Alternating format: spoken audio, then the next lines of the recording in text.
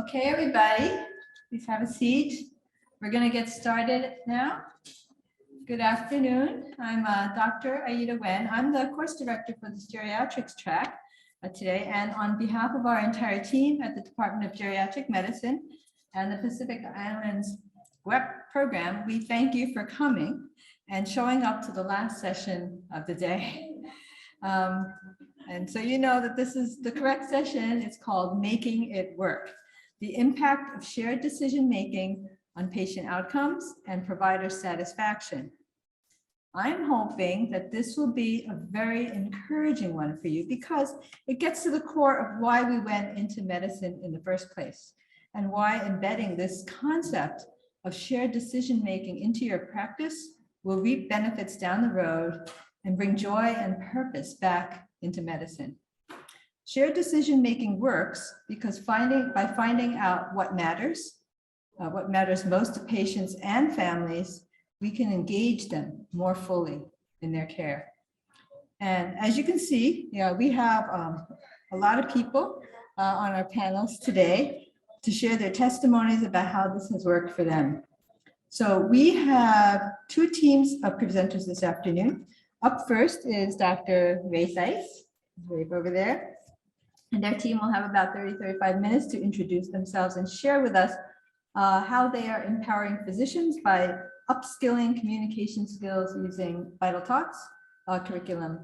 And then around 4:10, we will have Carl Barton and his team at Derigo Health. He's an executive healthcare consultant and founder of Derigo Health, and he will introduce his team and share how they worked with some primary care practices to embed their new care team model into the practices and the outcomes that they observed. So after we're all done with that, then we'll have a time of Q&A. So during the Q&A, you can put your questions in the chat box, or if you're in person, just come up to the mic and I will facilitate the Q&A. So without further ado, Rae Seitz. Thanks, Aida.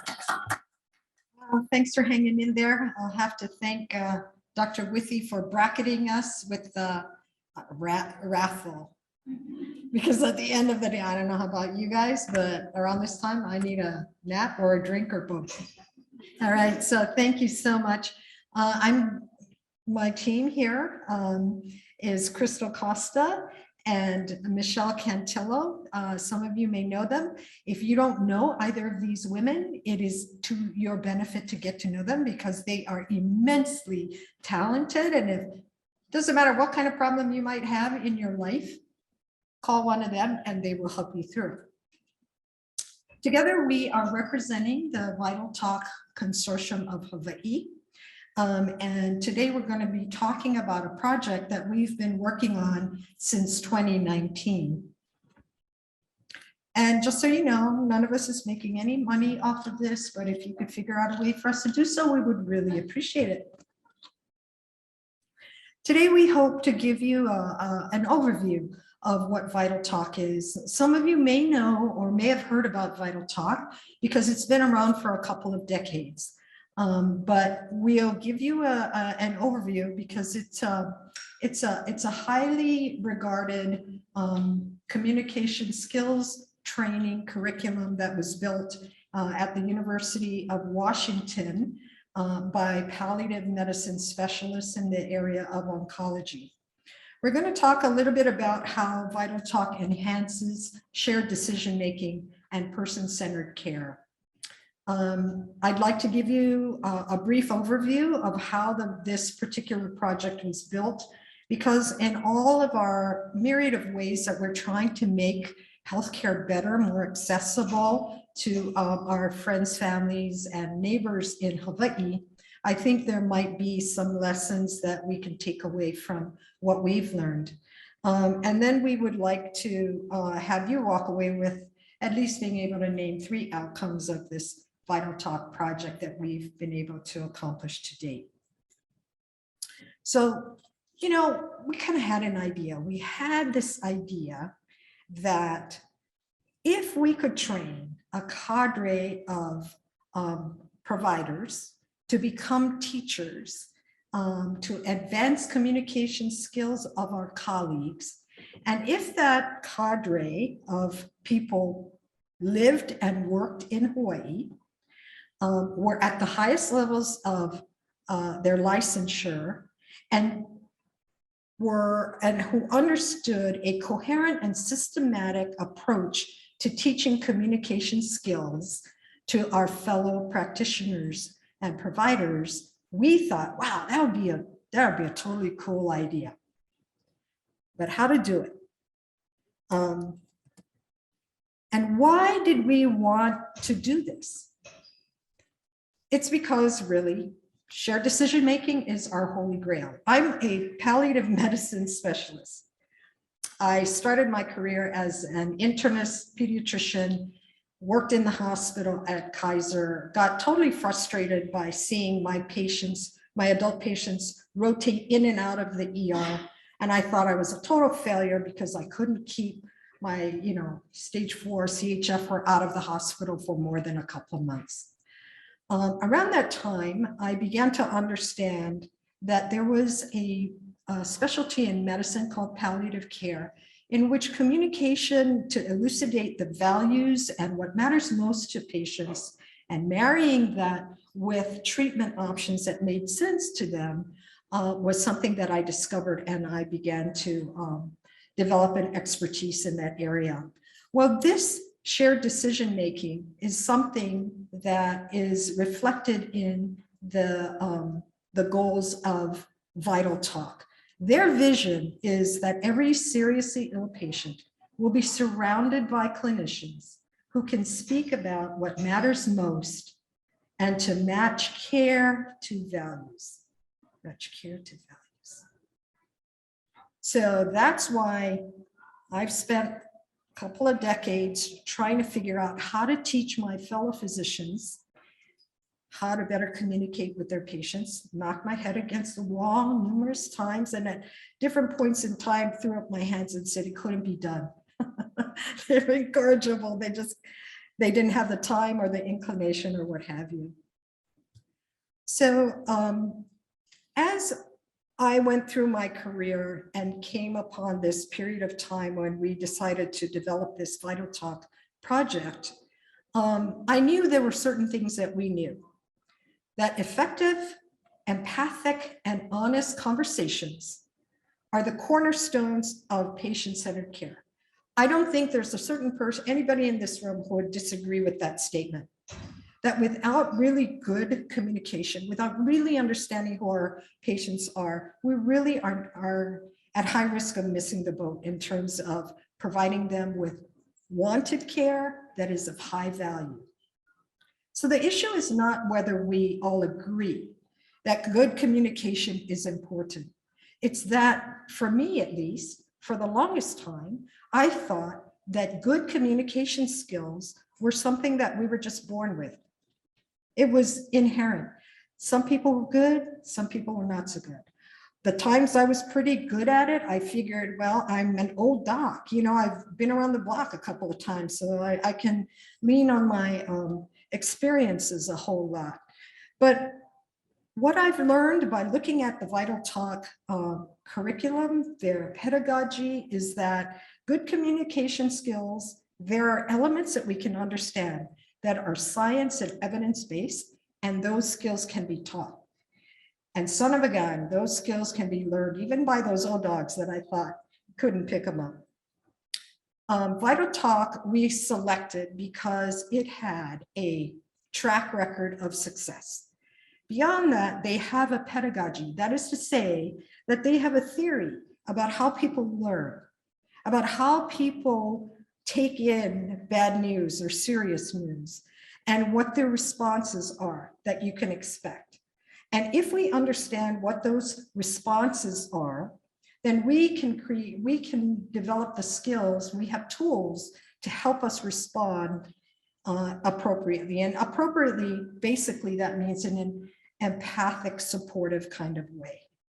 So we decided to pursue Vital Talk as our basis for teaching communication skills.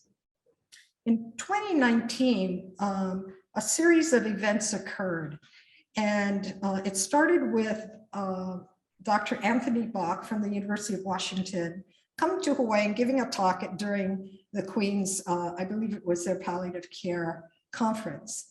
And I had heard about Vital Talk for a long time. So I grabbed Anthony and I said, look, will you have dinner with a bunch of us? We want to talk about whether we can bring Vital Talk to Hawaii. And so I made calls to various friends, including Hilton Rathel and George McPheeters over at UHA, Michelle over at Hawaii Pacific Health, my friend Jeanette over at Kokoamau. We brought these people together to talk about whether we could offer Vital Talk to the community of Hawaii in a way that would create stability and longevity and enable us to teach communication skills more effectively, systematically, and methodically. Out of that effort, one of the people who was there at that dinner meeting was Lauren Kim from the Department of Health, and Lee Boykin-Seho Lum from JABSA, which was really important because Lauren then came to me and said, hey, Rae, if you do this Vital Talk thing, I think I have money for you. And Lee said, Rae, if you do this Vital Talk thing, I think we can help you with the support, tech, administrative, and otherwise that support that you would need to build this. And so out of that one dinner meeting, we came up with the Hawaii Vital Talk Consortium, which still functions. And I would invite all of you, if you're interested, to please join us, because we are continuing to grow this project.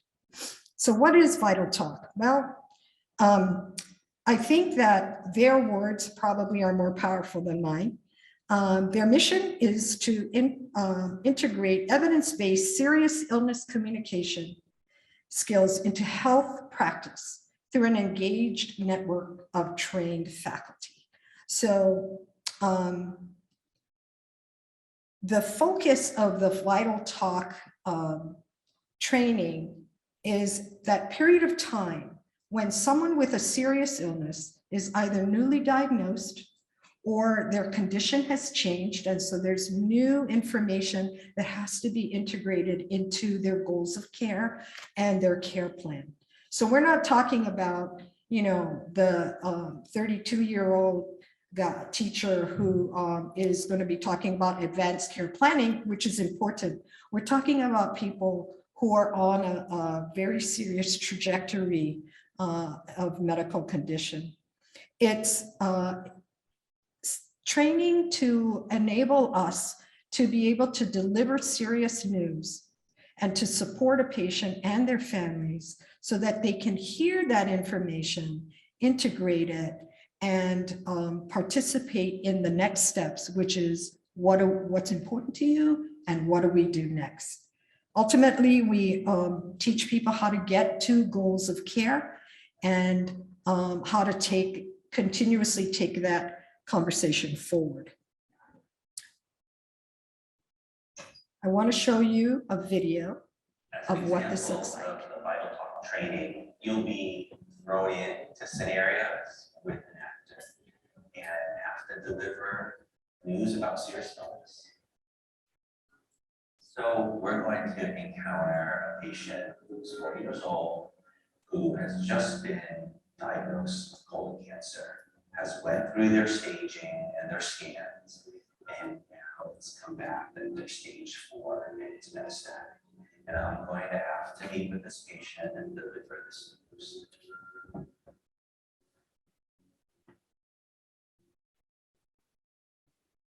Hi, Christine. Hi. Thanks for coming in today. Thank you for having me. I know that you went for some CAT scans last week. Yes. And I wanted to share some of the results.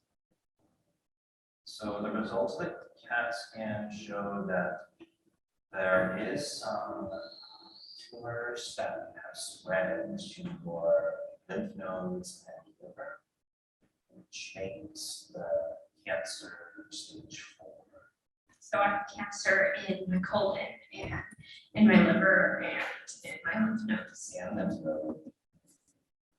Sorry, they can't see it on Zoom, so I'm going to share screen and try again. So what you'll see is an encounter without the skills and tools of Vital Talk, and then an encounter with those skills and tools. And it's not liver cancer. It's the cancer's in the liver, but it's actually started in the colon and spread to the liver. So you have colon cancer, but it's stage 4. And colon cancer. how did I do something? Like in my diet, or I had problems with drug abuse in my early 20s. Could that have been a thing? I mean, The cancer, there is some genetic possibilities when it comes to Genetic? colon cancer. Yeah, but it's not everybody. how much is all this gonna cost? Oh, Like, I don't really know treatment? exactly. Okay. Because it depends on insurance and co-pays. How long do I have to live? I don't know if I really I need can even say an that. estimate or something Yeah. of people in my situation. I think maybe getting you to see the oncologist. You is don't going to know? be- Well, it's so Usually, hard. you know, like they have estimates, like a month, 6 months, 4 weeks. Yeah. It depends on your response to the chemotherapy. Can you ask someone? Flip to another page in your Yeah. little book? Well, a lot of it depends on, On what? like, your function. My and- function. Yeah. I'm asking you. That's where I think that Do you need to call chemotherapy- someone? Call someone. Do I need to go in the hall and find another person, because it doesn't help? It never helps talking to you. The encounter that we just had wasn't very good. I could sense a lot of emotion, but I just didn't know what to say, or I didn't know how to respond, and kind of felt stuck. So in the second scenario, we're going to be able to practice and be able to deliver that same news by using a tool that's provided by Vital Talk, and be able to see how we can do it better. The nurse tool stands for N for naming an emotion, U, understanding, R, respect, S, support, and E, explore. Our intention is that you're not supposed to cure or get rid of emotion. The intention is that by acknowledging emotion, you can have a chance to have a patient felt heard, and allow a patient to hear more information and to process the information that you're trying to share with them. So in this next scenario, we're going to be using the nurse tool to help respond to a patient's emotions.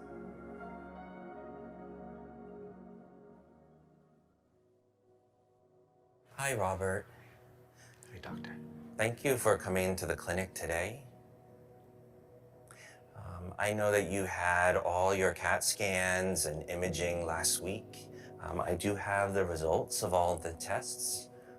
Is it okay that we're discussing the results right now? Yes, yeah. I wish I had better news, Robert, but the scans do show that the cancer has spread to your liver and lymph nodes. You tell me it's worse than before?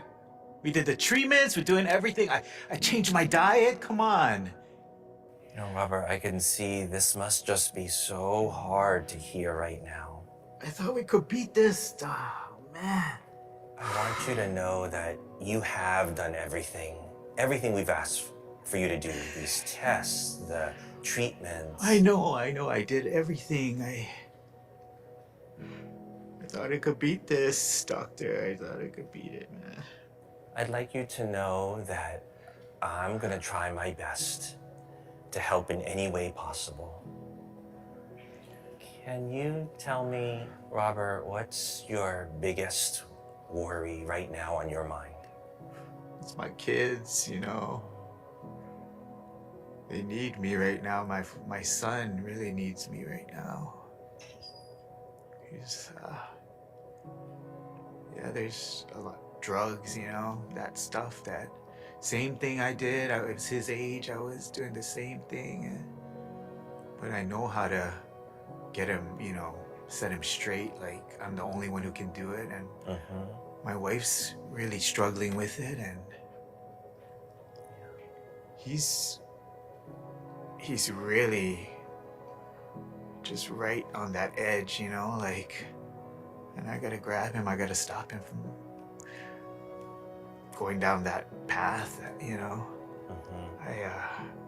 Thank you for sharing some of these things. It really helps me understand more about what's going on, what are the important things, and I want you to know that I hear you, and we'll be in this together. Knowing about the results of the scan, I'd like to be able to share what's the next steps. Is that okay? Yeah, I guess I want to know, you know. There's probably a lot to think about, right, to prepare for, and I don't want to think about it, but I need help with that, for sure.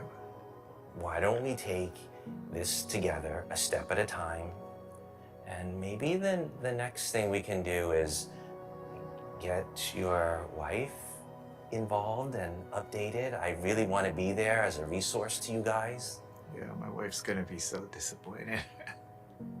We were just talking about, you know, that we're gonna get through this, and she's gonna be so disappointed.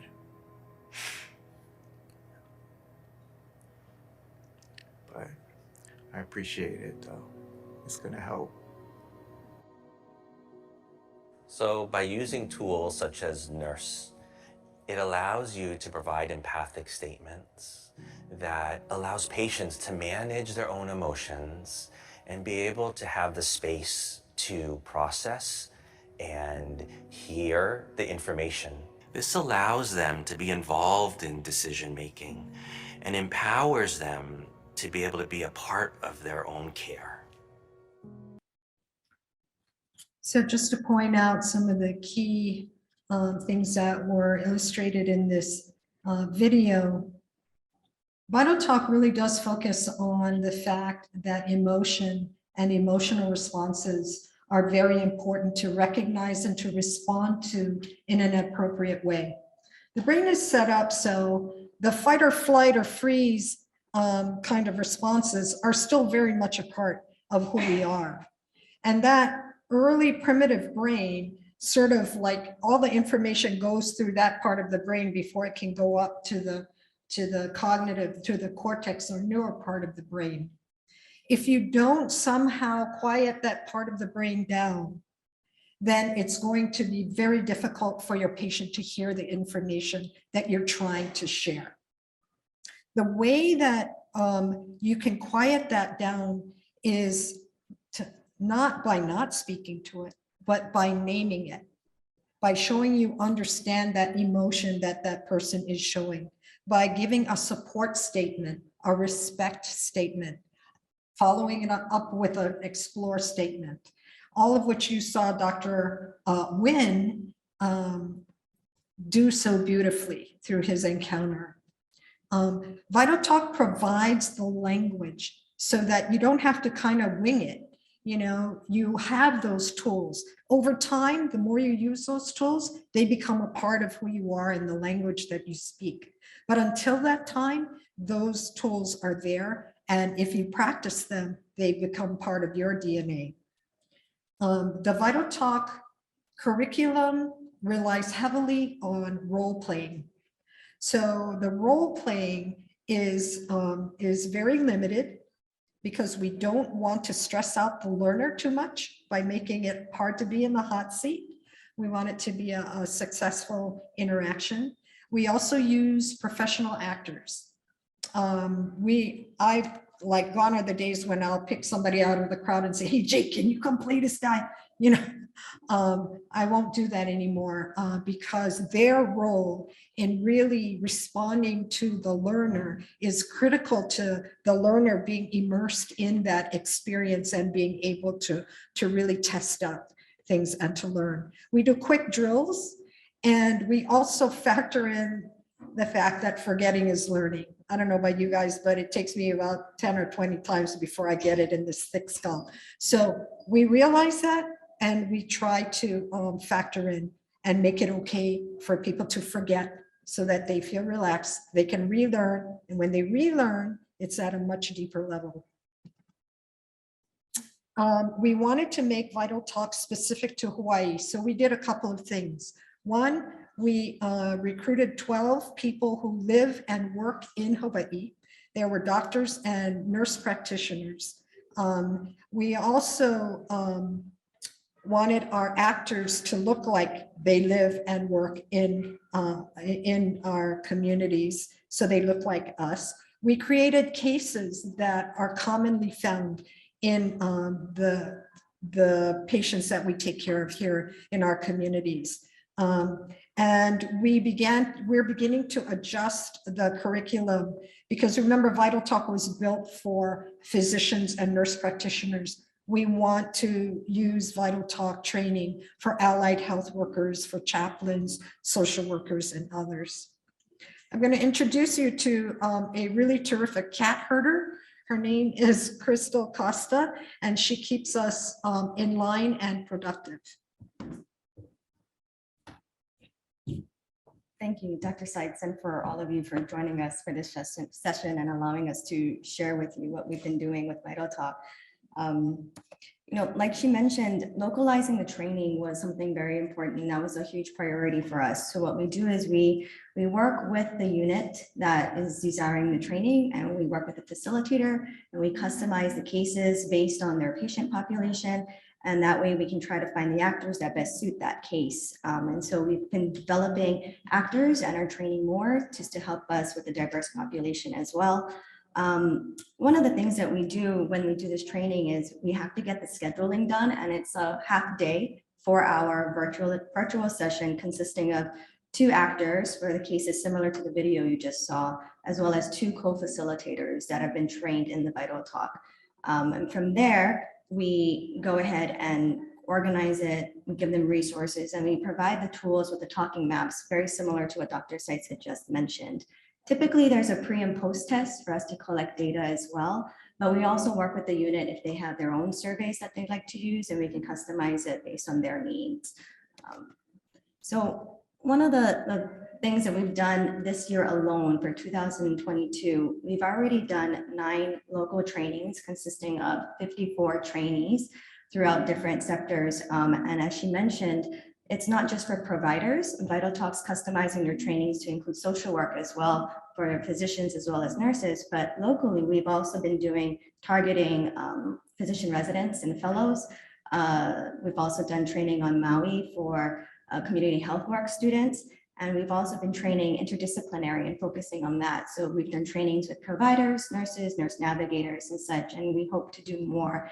And we've been getting more requests. So we'd like, if you're interested in joining the consortium, please let us know. We'd be happy to allow anybody with their interest and feedback to join us. I'm gonna pass it over to Michelle to talk about a little bit more of the outcomes. Thank you. So here's the pre and post survey.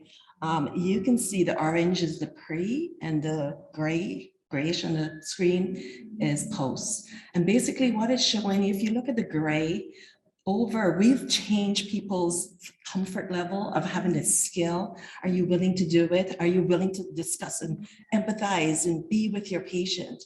And we've changed it. If you looked at all those gray scores for all those 3 boxes, it went from like 30–40% up to 94 to 97%. To me, that's amazing. And this is from the mixed group that we've had, our providers, or nurse practitioners, or nurses, social workers, community healthcare workers included. So this is amazing. This is some of their actual feedback, but the feedback from, so I work at Hawaii Pacific Health. I was able to wrangle herding cats the oncologist to attend this training, the neurologist to attend this training. 4 hours of their time is huge. And you guys know, you heard about, we don't have time, but this is important. And when they went to the training, they said, oh my God, I learned something. And not only that, we made them attend the training with their social worker and their nurse navigators. And they're like, my nurse navigator does this pretty good, right? And it's a team. That's a team approach-based model, interdisciplinary, and that's what we want. It's not just about the physicians. I'm a nurse, not just about it, right? So we have to include everyone, and this is what this is saying. Very important. It's our responsibility. We've learned about that. We've learned about our Kliana, how important it is, right?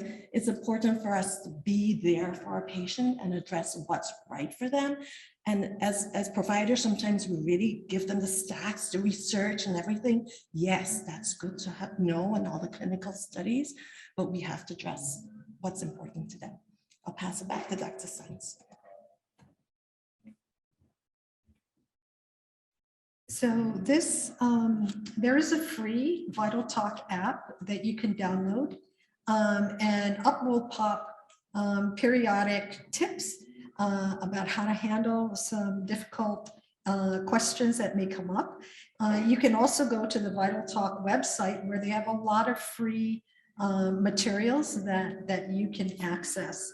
But it doesn't end here. We are gonna move forward and we're gonna keep pushing on what we think is a really great product. So join the consortium if you're of a mind. We have a proposal for funding to create another cohort of faculty, another 12 to 14.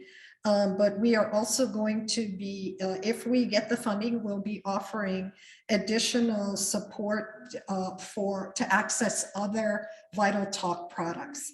So they've got a very quick one that's like Vital Talk Mobile that might be really appropriate for students or high schoolers who are in their health academies or what have you. And then it goes all the way to faculty training. So if you have questions about our future plans, please talk to us about it. Here's how you can get a hold of me. Feel free to email me. And then that's the Vital Talk website. Thank you.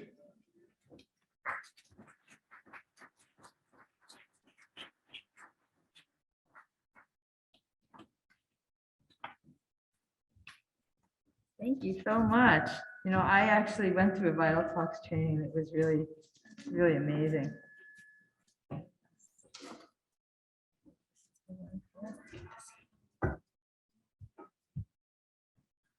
Yeah, I've been practicing for, I don't know, 20 years or something like that. And I thought I was pretty good at it. But when I went through the Vital Talk training, I realized I could be even more efficient, actually. It's amazing because if you say the right things, things go much more smoothly and you don't fumble around a lot less. It's great. Thanks.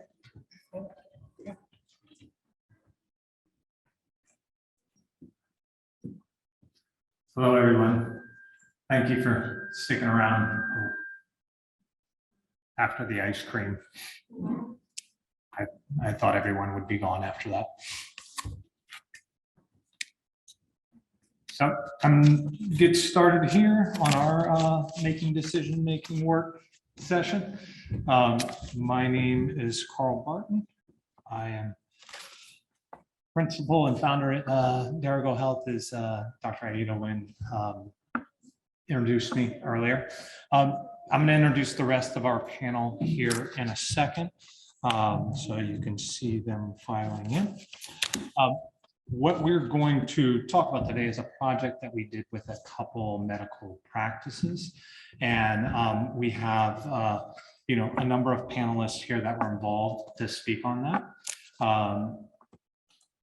Our objectives today are to really identify ways that you can use our learnings to implement physician-led team-based care to involve different team members. Specifically for this model, we involve pharmacist and a health coach coordinator.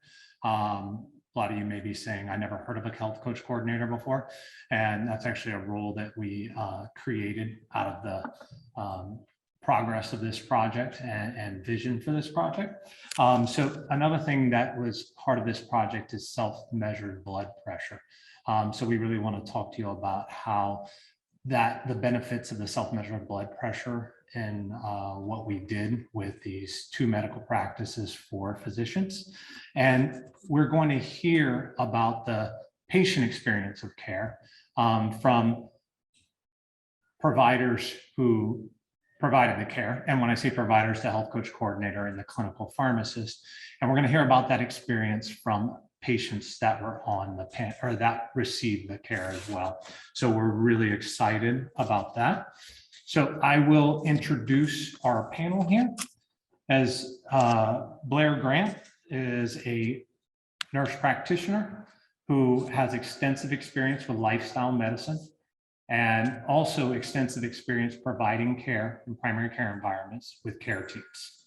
Dr. Jared Prudencio is from the Daniel K. Inouye College of Pharmacy, and he was the clinical pharmacist on this project.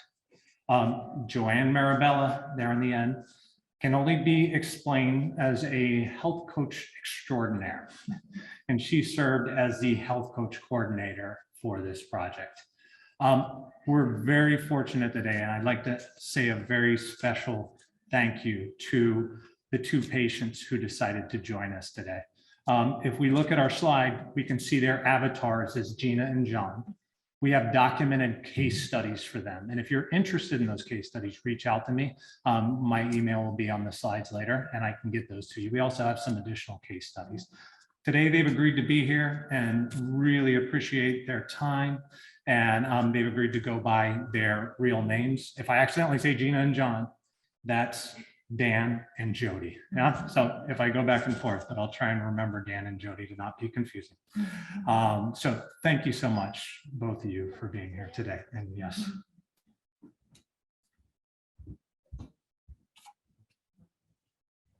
Dan.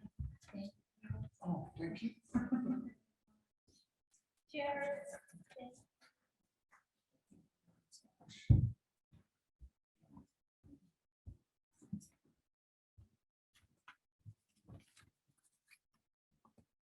A quick word on collaborators. The State of Hawaii Department of Health, Chronic Disease Prevention and Health Promotion Division, they funded this project, so a big mahalo to them. You Healthy Hawaii, Dr. Amy Grace, and I see Amy in the back. Thank you for coming. She was a collaborator in the You Healthy Hawaii initiative, was incredibly helpful in getting this off the ground. And then the Daniel K. Inouye College of Pharmacy, Dr. Roy Gu, the chair there, was instrumental in helping us get this, this project off the ground. So I'm going to speak a little bit to the care team and care model before I turn it over to the panel to really take the discussion from here. So the care team was a physician-led care team. As I mentioned, we had a health coach coordinator. I do have a job description for that. If anyone is interested, they can hit me up. And the idea there, though, was combining health coaching to allow patients support to make incremental lifestyle changes, improve their habits, with care coordination between a clinical pharmacist and the physician. The clinical pharmacist in this model, we had a collaborative practice agreement that was signed by all physicians, so 4 physicians and 2 medical practices, that allowed the clinical pharmacist to prescribe medications under the parameters defined in that agreement. For the agreement, it was hypertension agents. Other medications were made recommendations in the EHR. The whole care team had access to the EHR. The clinical pharmacist prescribed through the EHR and documented in notes.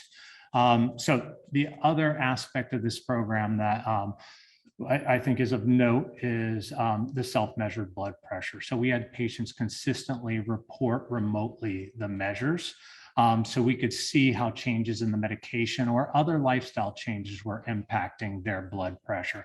And a care was provided telephonic. We offered the option for telehealth and telephonic, I think, Joe, we had like one telehealth visit out of all of them. So everyone opted for the telephonic, and we found that to be very effective.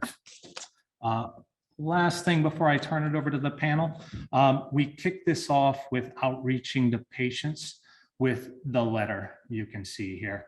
And as you can see, the smiling faces on here, the doctor reaching out to the patients to introduce the care team. And we felt that that was a very critical part of making an integrated care offering for patients where it was viewed as a seamless part of their physician's care. You can also see there blood pressure cuff with QR code. We took a very simplified way to get those measures remotely, but we did have success with folks reporting remotely their blood pressure readings, which was also a key part of the care team.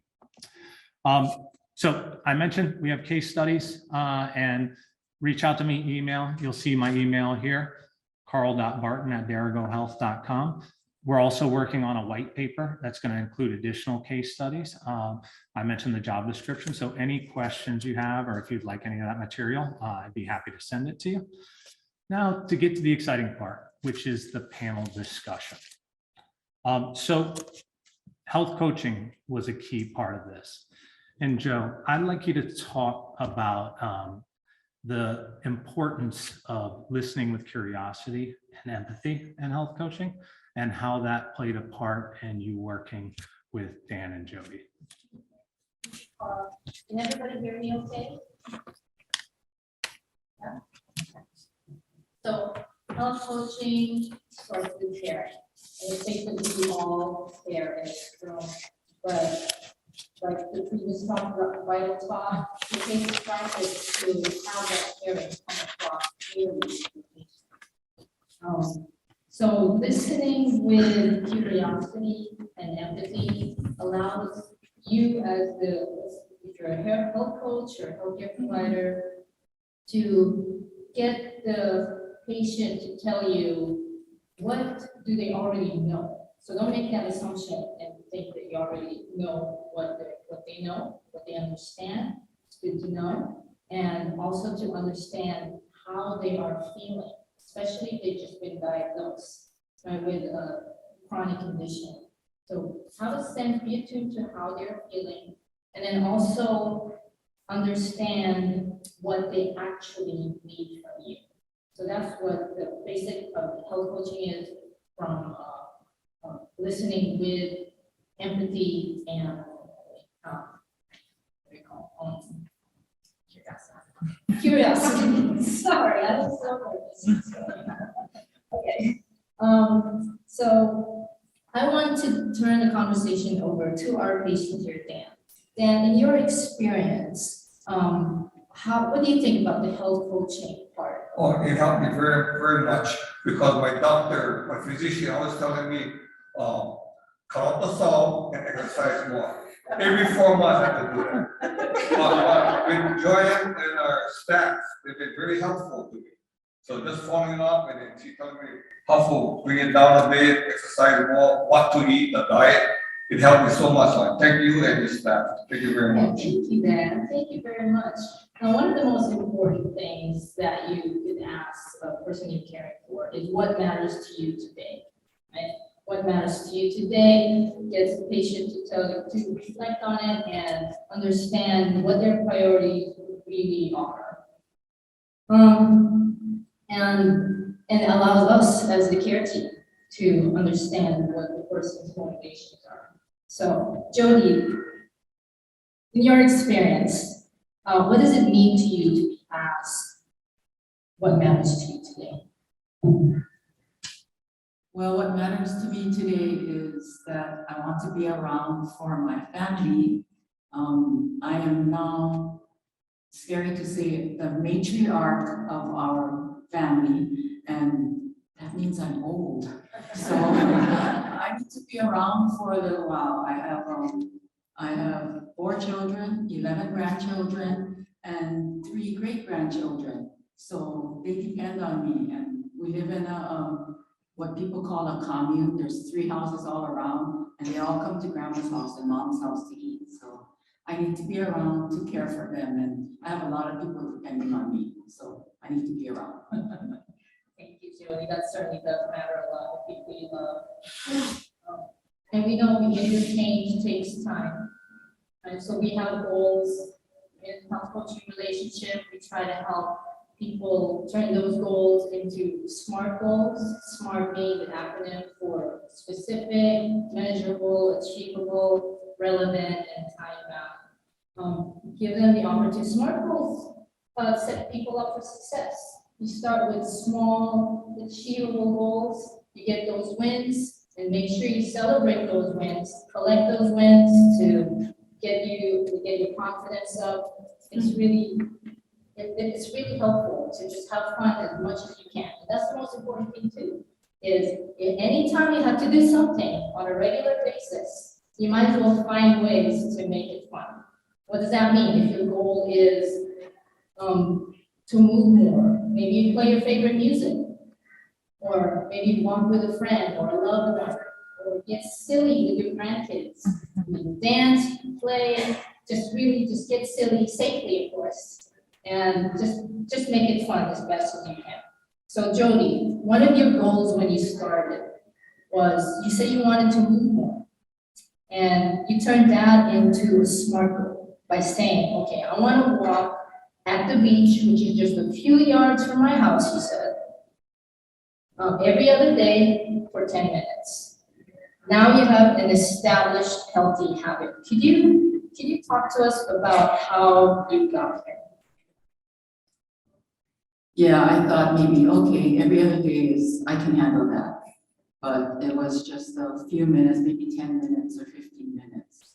But then I found that I really enjoyed it, and I wanted to walk a little bit more. So now I'm up to like a mile. Well, a mile is not a lot, but 2 miles, and it depends on the tide. If the tide is low, I can go 3 miles back and forth. So yeah, I try to push myself. I'm going to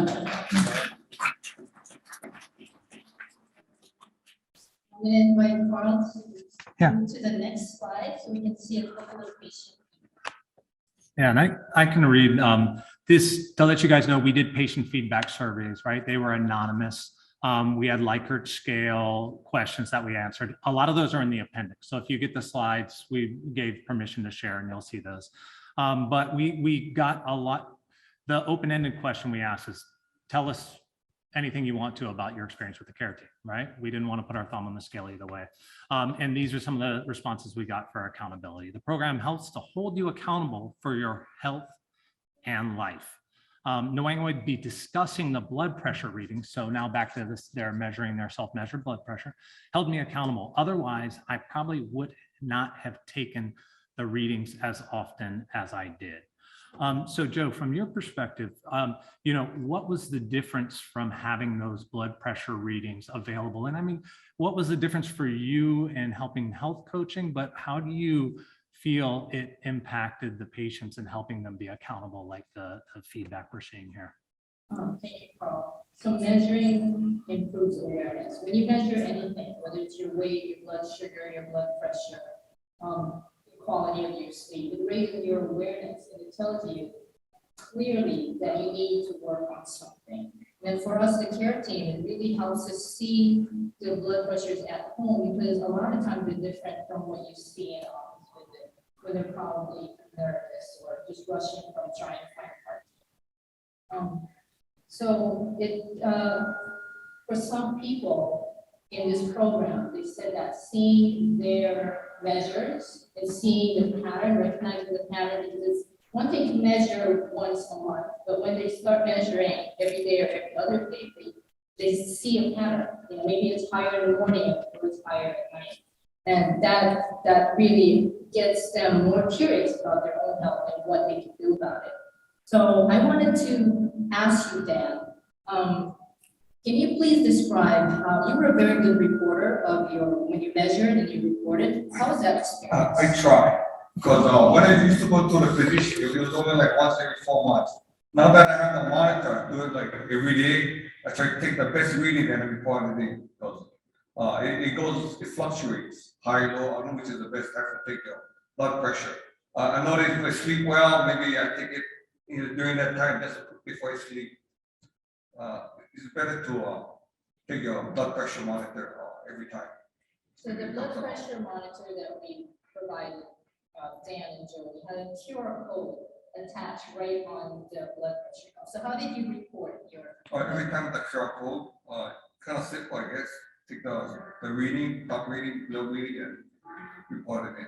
But I try to take the best reading. The high reading, I don't report it.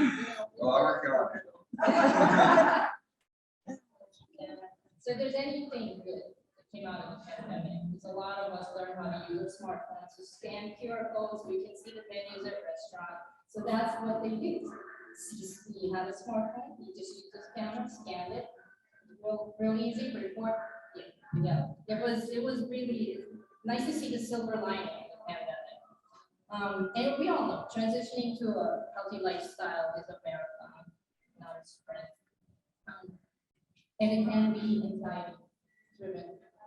Dan, what is your strategy for overcoming that anxiety when you are measuring? I guess for me, how you coach me, the breathing, the exercise, and I know Bryce and Fukunaga, one of the pharmacist. He was my student. Now I am I'm the student. He is now. He tells me what to do, which is good. I need that. My physician, I know, like I say, I only see maybe 4 months, so this is good.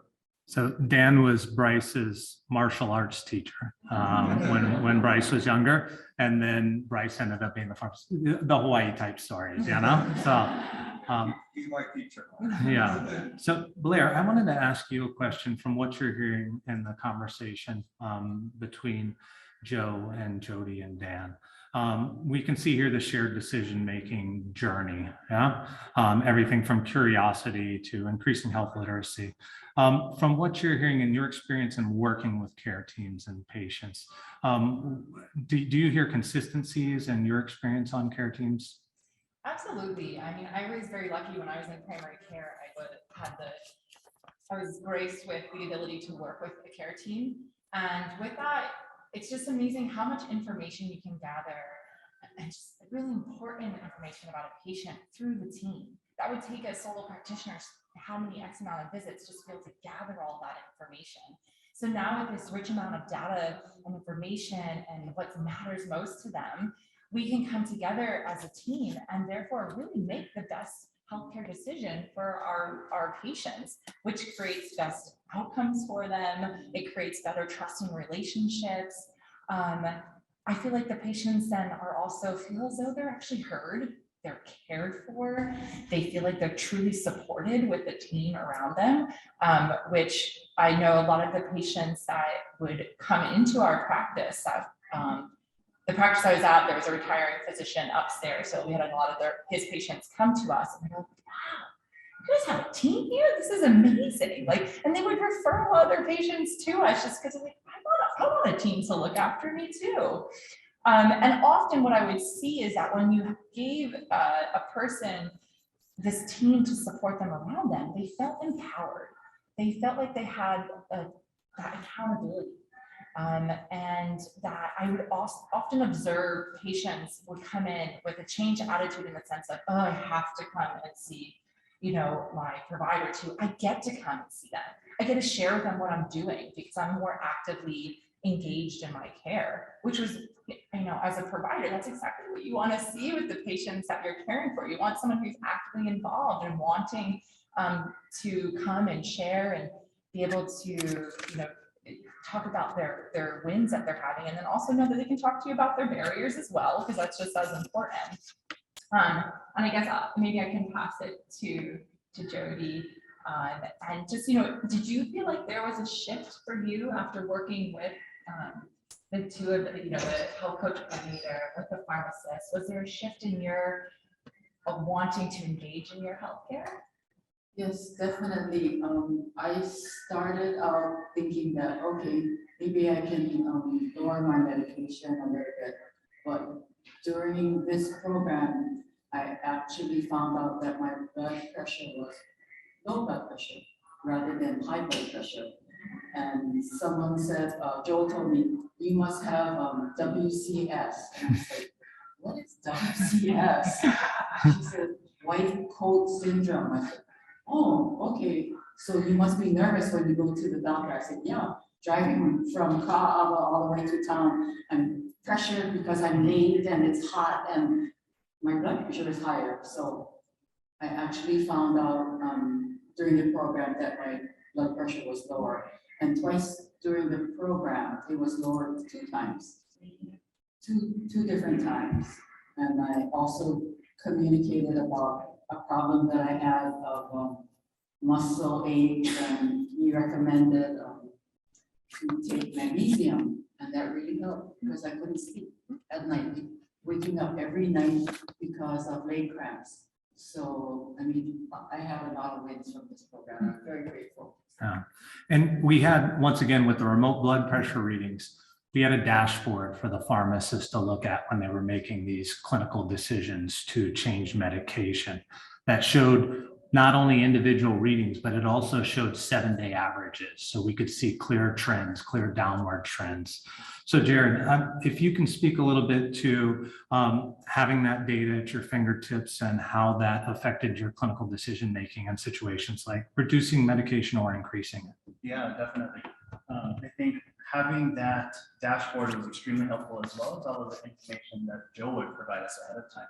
Kind of like Blair was saying, it saved us so much time when as a team, we already all have access to the same data and your patient doesn't have to repeat anything, right? We also can walk into the visit already with a preemptive plan, right? So if we're seeing someone's blood pressure trending downward drastically over those 7 days or 14 days, we can already start assessing the medications and looking at which is our medications that are going to be most risky for hypotension, right? And what's going to be my plan to be able to de-escalate therapy ahead of that. So it's saved us a lot of time during the visit with being able to pre-round with Joe to be able to have those plans ahead of time. Thank you. So I'm going to get into just some details, and I want to keep the focus on our 2 patients here experience, but also give a broader view of what happened with our patient population. So we had 39 patients. How many months did they participate? So we can see that the median was 6 months, and Dan and Jody were on either side of the median, but not really outliers there. We can see from self-measured blood pressure readings that they submitted. So we can see we had an overachiever all the way out there on the right. That's per month, 71 per month, right? We instructed them to take 2 readings a minute apart in the morning, or in the morning or evening, and we asked them to report what time of day. So that was all allowed with the QR code. But we can see that once again, that Dan and Jody are right there by the median. The median was about 16 readings per month. And I really think that gave us, some rich data for the pharmacist in the clinical decision-making, as we heard Jared talking about. So now we get to visits a month and visits with Joe as a health coach coordinator. And the median was less than 1 visit a month. And I think, we saw consistency over the 2 practices too, which I think surprised both Joe and I, because the practices felt very different. But when it came down to how much time was spent with them, there was a lot of consistency in the pharmacist time and the health coach coordinator time. So we can see, Dan was on the higher end with, 1.74 per month. And, Jody was right there around the median. This also includes the time with the clinical pharmacist, because the health coach coordinator joined every clinical pharmacist consult. So when we move into the visits with Jared, and we had Jared and Bryce, so I just said for simplicity of the presentation, Jared, since he was going to be on the panel. But the median we can see was about once every 3 months, a little less than that, actually, a little less than once every 3 months. As Jared talked about using these panels to make, or the dashboard to make clinical decisions. One of the nice things about that remote data coming in, Jody talked about our experience of reducing medications. The if Jared or Bryce reduced the medication, they didn't always need to see the patient later because we had the data coming in, and then Joe would review it in case reviews. So really that is, some population view that helps you put the experience that, Dan and Jody had in perspective. And we're going to get a little bit more into the clinical pharmacist role around the medication therapy management and comprehensive medication management they did. We have feedback from Dr. Nikki and Amina, one of the physicians who was part of these 4 physicians.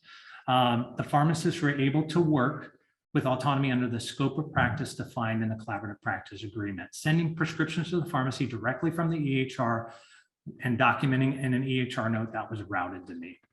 So Blair, I know as a provider with prescriptive authority, you've worked on care teams with pharmacists that operate in this capacity. Can you talk a little bit about how that works? Yeah, so I think an effective team, right? It's really important that we all trust each other and we work together effectively, right? Because that all allows us to work at the top of our license. And I think I'm kind of going back to what Dr. Parak said in the beginning, the first presentation. She said, in a solo practice, we need about 27 hours per day to get to all the patient needs, right? But with an effective team, we bring that down to 9 hours. And that's really, really true, especially working with having a CPA and a pharmacist working with you and able to prescribe on your license makes a huge difference, because most of the time you're getting phone calls or messages from the patients and you're trying to follow up with them in between visits or at your lunch when you're meant to be eating lunch or after the end of the day. And the provider tends to be the bottleneck to making effective, timely change. But when you're working with amazing clinical pharmacists, those things are able to be addressed in a very timely manner and very effectively. And again, at the top of their license, probably making better decisions, I would just as a sole provider within what would be best for the patient with any of their medication concerns. So with that, Jared, I wanted to hear what your experience is with prescribing under the CPA and kind of how that benefited your workflow, how it helped the team, and then also how you think it helped to improve the patient experience and outcome. Yeah, definitely. I think like you said, the collaborative practice agreement really helped our pharmacists, myself and Bryce, practice at the top of our license, right? So pharmacists, we get our doctorate in pharmacy, our expertise is in medications, but we don't have the authority to prescribe under our own licenses. And so in this shared decision or team-based model, we're really able to use our expertise for what it's worth and kind of just be able to prescribe within a scope for the better care of the patients. And so that really helped a lot. As far as workflow without it, the other alternative would be we would be visiting with the patients and then having to run those recommendations by the prescriber, which then is just more added time, right? We're sharing the workload, but time-wise, we're not saving anything. We're still going to have to add to the workload. So leveraging the CPA is really the most efficient way to use everyone's expertise on the team for what it's worth. Great, thank you very much. I know we are running short on time, so I'm actually going to move towards the end so we can hear from Dan and Jody here. So, Dan and Jody, we had this kicked off, as far as you guys getting engaged by your physician with a letter from your physician. And it had the picture of the care team, Bryce, Jared, and Joe, and had the picture of your physician. I want to, if you can reflect on that experience of receiving the letter, experience of, working with Joe, working with the clinical pharmacist. I'd like to hear your thoughts on what that meant for you, from everything from your physician to your care team to if it impacted shared decision making. It helped me a whole lot. I wish it would really continue on, so I like to live a little bit more. But I thank you all for coming this far. And then I know the physician know the medication. Like right now I'm on ivermectin and metformin, folks know that. But I really want to get off. My goal is to get off my medication. I just need help on that, and then maybe just a sort of other medication. I know these guys are good, so I put my trust in you folks. And thank you all. Yeah, thank you. For me, when I received the letter, my first question was, how much is it gonna cost me? I'm Chinese. Is it gonna, what? Oh, it's free, it's being funded. I said, okay, I'm in. I never participate in things. Oh, I don't have a blood pressure cuff.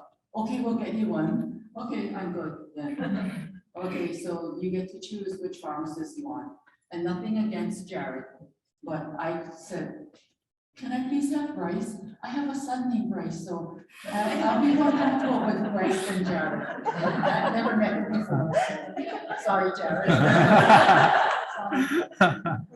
Anyway, yes, I'm very grateful for this program and it really did help me. And I do think that if it's funded, you'll get more people participating because I'm a non-participator. But like I said, I'm Chinese, so it's free. And yeah, I'm gonna do it. And it really helped me. And I appreciate all of you. Thank you so much. I want to leave plenty of time for questions. So I think we'll just wrap it up. Like I said, this was open-ended feedback, and I think this may mirror what we've heard up here a little bit, but a patient responded. This experience taught me to be more aware of myself and my health, looking at my diet and increasing my exercise, tried new methods in my diet and exercise to assist in improving my health and how to stay motivated. So we have a lot of in the appendix with the patient feedback surveys, the Likert scale, other data about people that came into control with their blood pressure. So if you download the slides, and you can always reach out to me and I can give you a card, or you can see my email on the slides and I can get you more information. Thank you very much.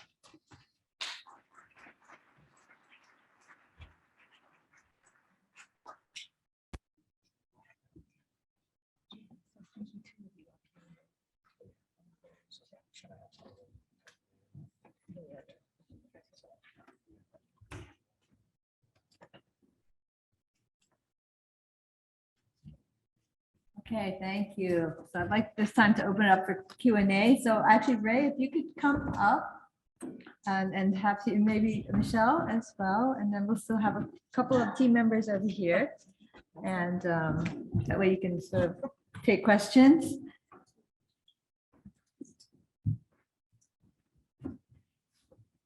Great, wow, that was fantastic.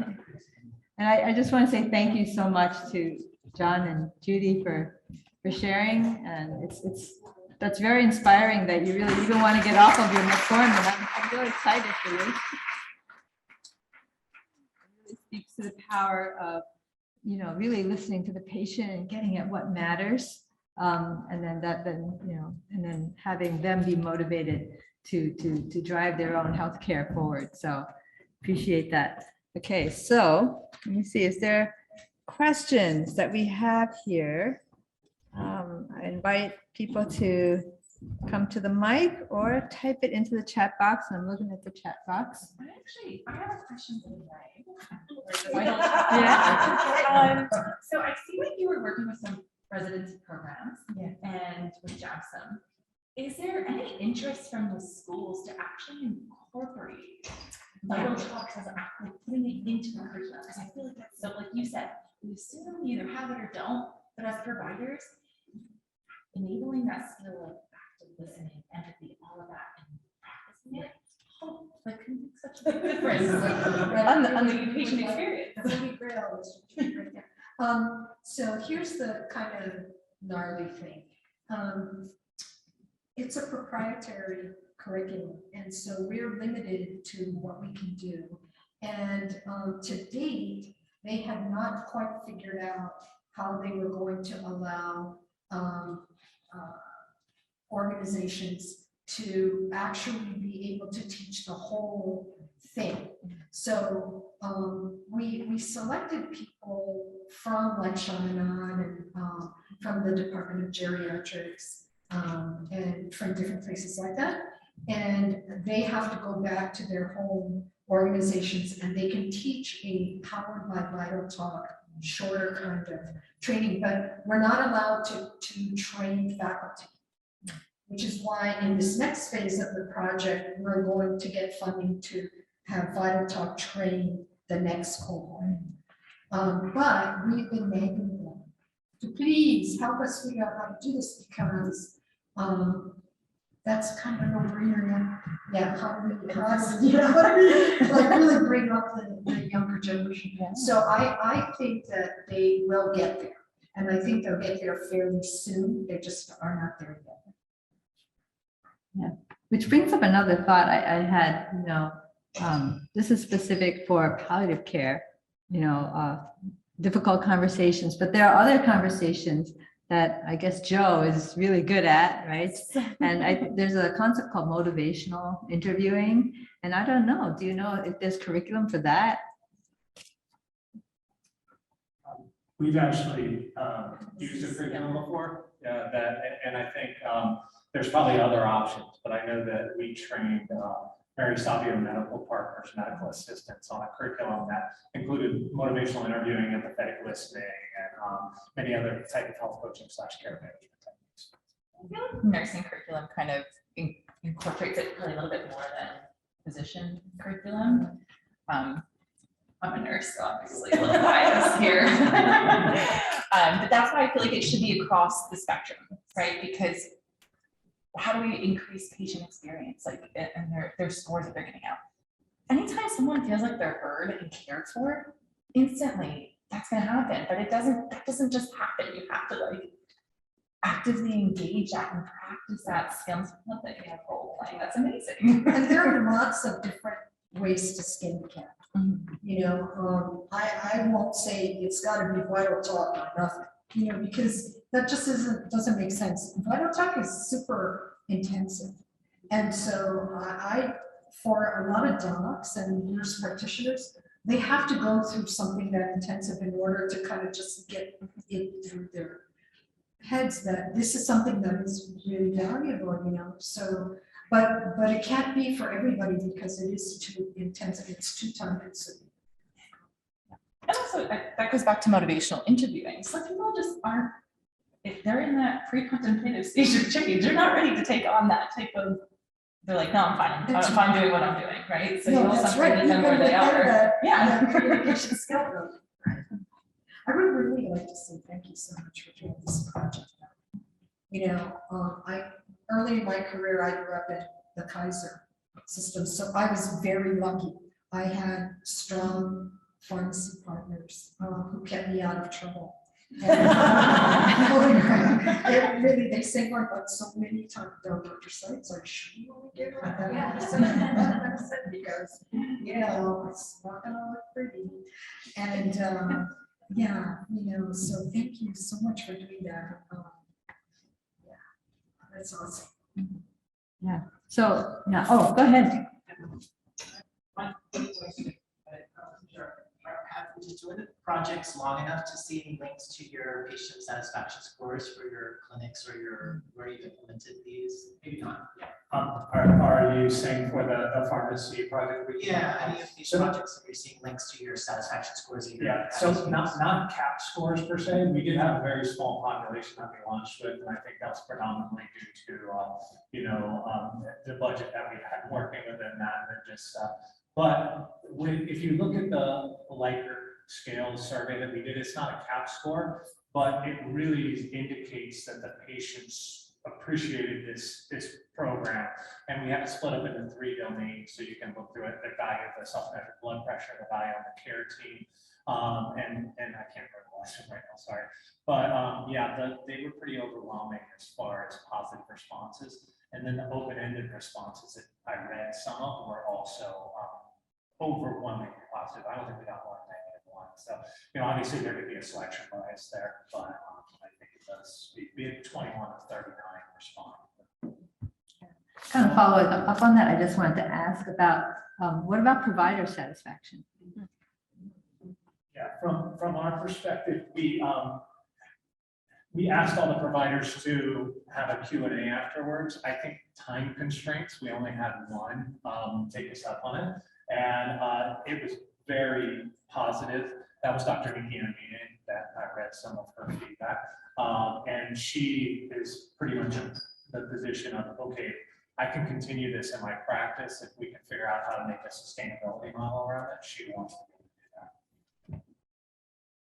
You know, Medicare reimburses for medication therapy management, right? But it doesn't have the robustness of what you guys have, which is that you can communicate and there's an agreement that when you see there's an opportunity to pare down the number of meds or make some changes that are appropriate and safe, then you're able to do it.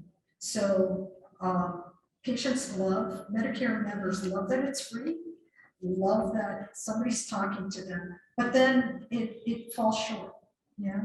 Because how do you actually make the real, the intervention that will pare down the number of medications and therefore make the therapy safer and more effective and cost effective?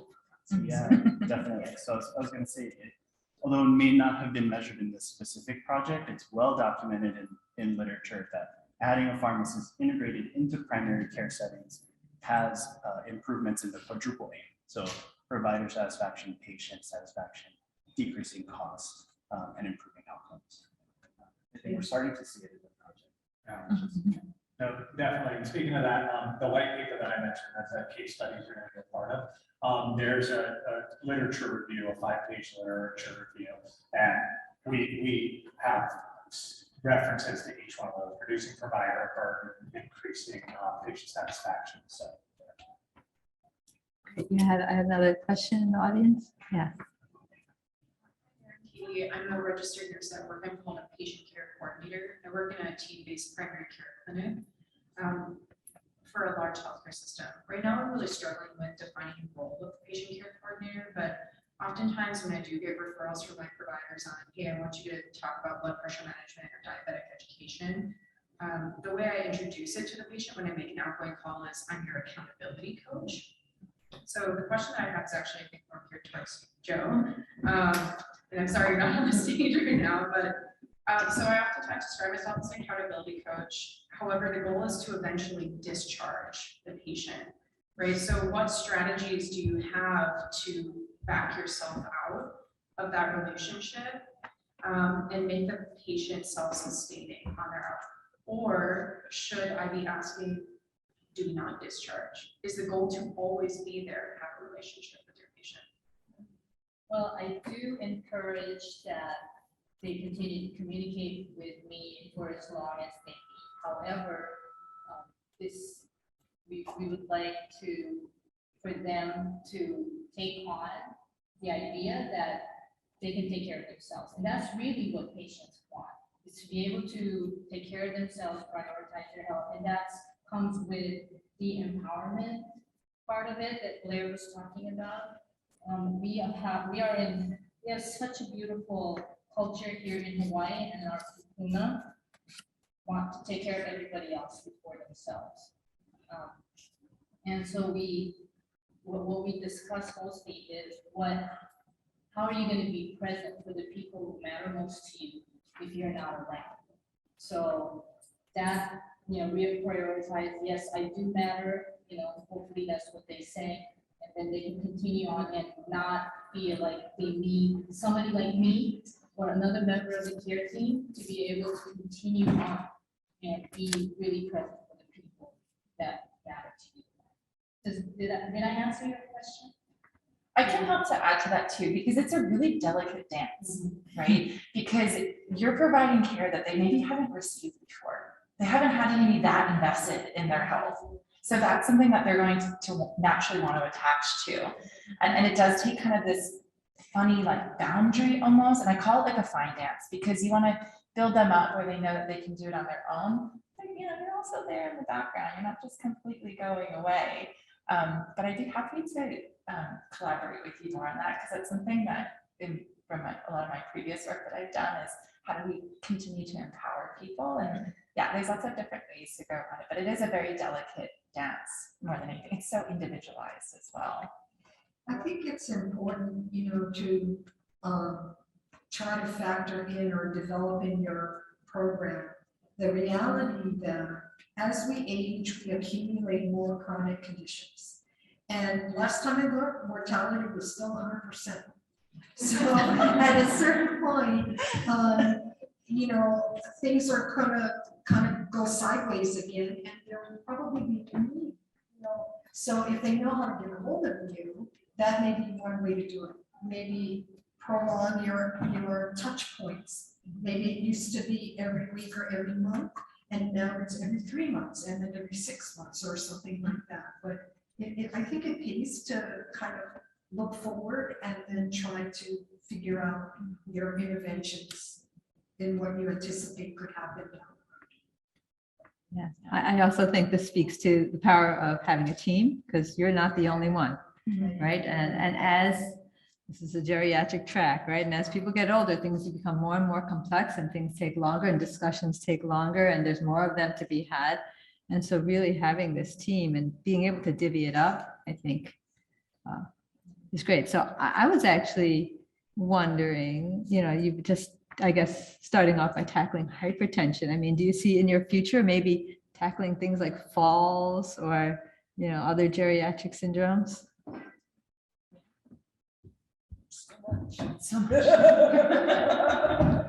I think the first kind of order of business with that was to expand on the chronic disease states. And I can tell you that Dr. Nikki Inabine, she's very interested in doing that. We actually are now deploying the learnings from this and with Queens. So Queens is going to move forward with a health coach coordinator through QCIPM that works with their QCIPM pharmacists. So that's really going to allow us to broaden, have a broader collaborative practice agreement. I think work with some physicians that maybe aren't on a collaborative practice agreement because we have to take it at their comfort level. So the answer is yes, definitely. We're looking at broadening the work and taking these learnings and plugging them into health systems or more medical practices in ways that expand the role of a pharmacist, but do so in a way that, you know, allows an org on top of license and also provides that additional support of like a health coach coordinator for incremental lifestyle change.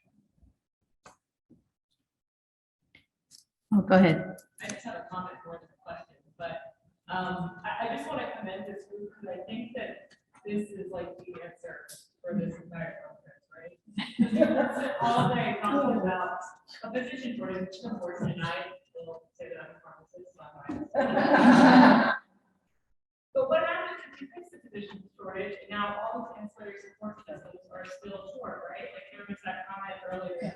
I feel like there's being nothing said for the rest of us.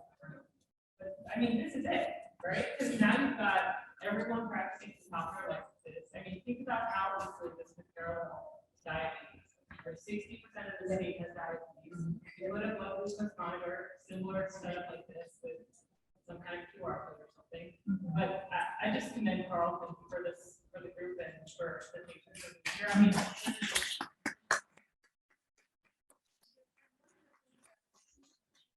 It's like, okay, hypertension. If you control hypertension, then you put off stroke, heart attack, kidney failure, need for dialysis, all of that stuff.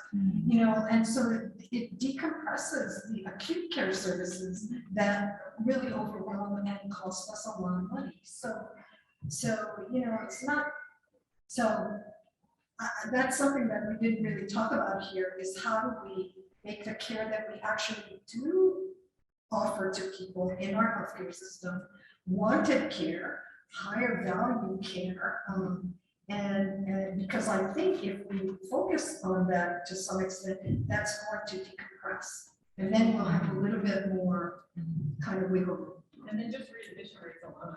There you go.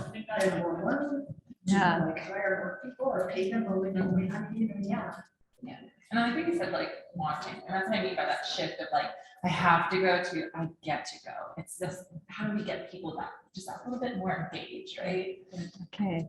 And one last take-home message from maybe from Carl and one from Rae, and then we'll close on that note. Well, I was going to say too, because when Blair mentioned that people wanting to do it, one of the big learning lessons that I think we've had over multiple projects is there's a huge portion of patients out there, there's patient demand to have help with health coaching, with incremental lifestyle change. out.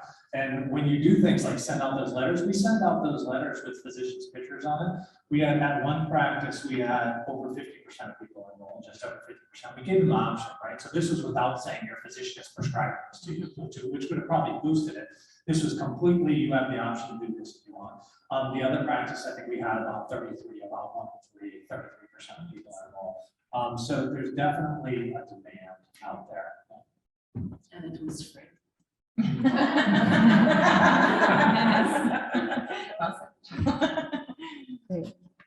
Any last word?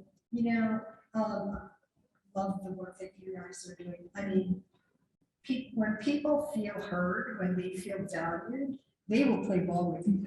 You can develop that trust and you'll get really far down the road and help this healthcare system, which is really broken. So I hope to see you guys, in the trenches more and to collaborate with you guys, because I'd love to learn more about where your project goes.